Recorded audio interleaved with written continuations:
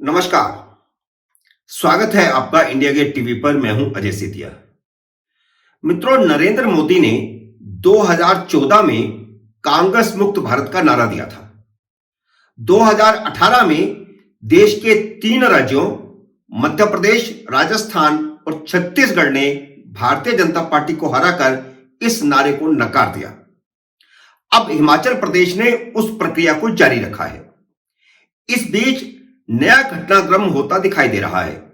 एक तरफ राहुल गांधी भारत जोड़ो यात्रा के नाम पर कांग्रेस को पुनर्जीवित करने की कोशिश कर रहे हैं, तो दूसरी तरफ मल्लिकार्जुन खड़गे ने उन पुराने कांग्रेसियों की घर वापसी का प्रयास शुरू कर दिया है जो भारतीय जनता पार्टी के साथ नहीं है, जिनमें ममता बनर्जी, जगनमोहन रेड्डी, केसीआर और कोनार्ड संगमा 4 तो मुख्यमंत्री ही हैं।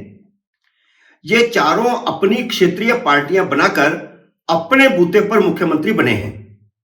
इनमें से सिर्फ ममता बनर्जी ने ही सोनिया गांधी के कांग्रेस अध्यक्ष बनने से पहले कांग्रेस छोड़ी थी। बाकी तीनों सोनिया गांधी के कांग्रेस अध्यक्ष बनने के बाद उन्हीं से मतभेदों के चलते कांग्रेस छोड़कर गए।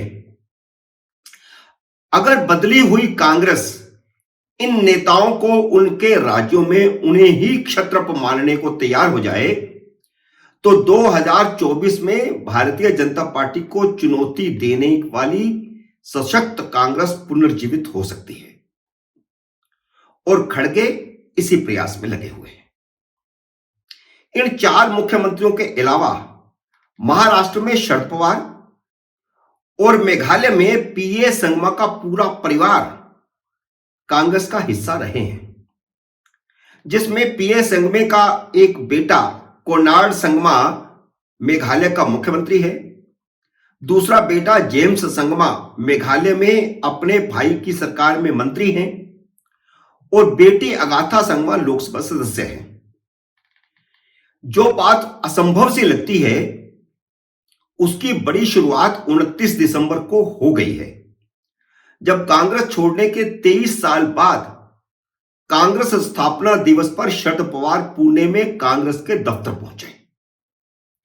हालांकि यह भी बड़ी घटना है, लेकिन इससे भी बड़ी घटना यह है कि उन्होंने वहां अपने भाषण में प्रधानमंत्री नरेंद्र मोदी पर कटाक्ष किया, जिन्होंने 2014 से भारत को कांग्रेस मुक्त करने का बीड़ा उठाया हुआ है। शरद पवार ने कहा कि कांग्रेस इस देश की रग रग में है, वह कभी खत्म नहीं होगी। शरद पवार ने 1999 में विदेशी मूल के मुद्दे पर तब कांग्रेस छोड़ दी थी, जब वाजपेयी सरकार गिरने के बाद सोनिया गांधी प्रधानमंत्री बनना चाहती थी। वह उस समय कांग्रेस अध्यक्ष भी थी। शरद पवार के साथ पीए संगमा और तारिक अनवर ने भी विदेशी मूल के मुद्दे पर ही कांग्रेस छोड़ी थी। तारिक अनवर कांग्रेस में लौट चुके हैं। शरद पवार अब उन्हीं सोनिया गांधी की रहनुमाई वाले यूपीए में शामिल हैं और यूपीए सरकार में मंत्री भी रह चुके हैं। राहुल गांधी ने कांग्रेस को पुनर्जीवित करने के लिए 3 बड़े कदम उठाए हैं। उनका पहला कदम यह था कि उन्होंने खुद कांग्रेस अध्यक्ष बनने से इनकार करके कांग्रेस संगठन को गांधी परिवार से बाहर लाने में प्रमुख भूमिका निभाई। नए अध्यक्ष का चुनाव बाकायदा गुप्त मतदान के जरिए करवाया गया और उनके मुकाबले पर एक उम्मीदवार भी खड़ा किया गया। और इस प्रक्रिया ने एक बार फिर साबित किया कि कांग्रेस दूसरे दलों से अलग है और उसमें अंदरूनी लोकतंत्र की बेहद गुंजाइश है। इसका श्रेय अगर किसी एक व्यक्ति को दिया जा सकता है तो वह राहुल गांधी हैं। यह प्रयोग अन्य राजनीतिक दलों के लिए चुनौती है, जहां बंद कमरों में सर्वोच्च नेता ही अध्यक्ष चुन लेते हैं। दूसरा कदम राहुल गांधी ने भारत जोड़ो यात्रा का उठाया, जिसने अखबारी सुर्खियों से गायब हुई कांग्रेस को एक बार फिर घर घर में पहुंचा दिया है। प्रेस कॉन्फ्रेंसों, बयानों और ट्विटर से बाहर निकलकर कांग्रेस जमीन पर दिखाई दे रही है। राहुल गांधी का तीसरा बड़ा कदम भारत जोड़ो यात्रा के दौरान अटल बिहारी वाजपेयी के स्मारक पर जाना है। एक कदम के जरिए उन्होंने भारतीय जनता पार्टी और अन्य दलों के ब्राह्मणों को लुभाने की कोशिश की है। ब्राह्मण भारतीय राजनीति की रीढ़ की हड्डी रहे हैं। 1952 के पहले चुनावों के बाद भारत के 22 राज्यों में से 13 में ब्राह्मण मुख्यमंत्री बने थे। पहली लोकसभा में हर चौथा सांसद ब्राह्मण था। 1989 में मंडल कमंडल की राजनीति ने ब्राह्मणों को हाशिए पर ला दिया।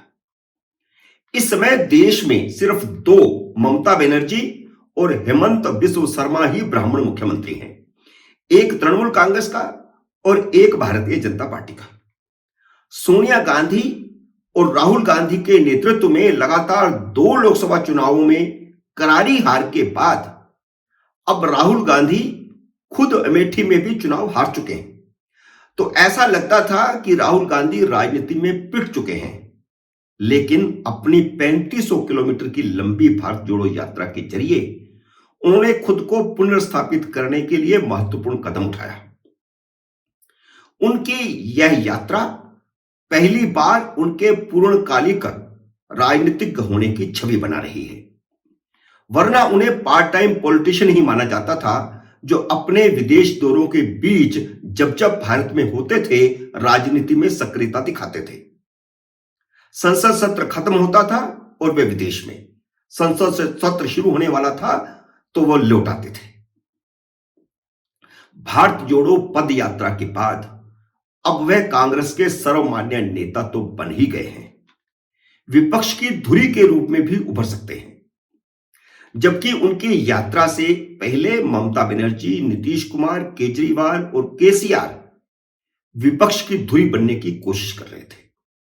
हालांकि यूपी में कांग्रेस का दाव फेल हुआ है।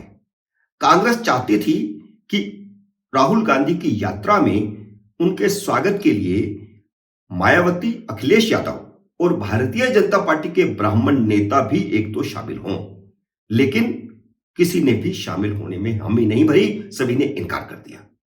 अखिलेश यादव ने तो यहां तक कहा कि कांग्रेस और भाजपा एक जैसी ही पार्टियां हैं। अब सवाल पैदा होता है कि चलो यूपी को छोड़ दें, हालांकि चुनाव दूर है तो तब अखिलेश का क्या रुख रहता है अभी नहीं कहा जा सकता।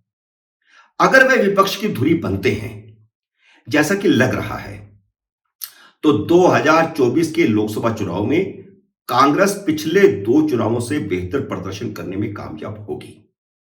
मित्रों, उम्मीद है मेरा यह विश्लेषण आपको पसंद आया होगा। इसे लाइक करिए, शेयर कीजिए और अगर आपने मेरे YouTube चैनल को अभी तक सब्सक्राइब नहीं किया तो कृपया सब्सक्राइब भी कीजिए और घंटी का बटन भी दबाइए, ताकि जैसे ही मेरी नई वीडियो आए आपको सूचना आए। मेरे नई वीडियो का करिए इंतजार। तब तक नमस्कार।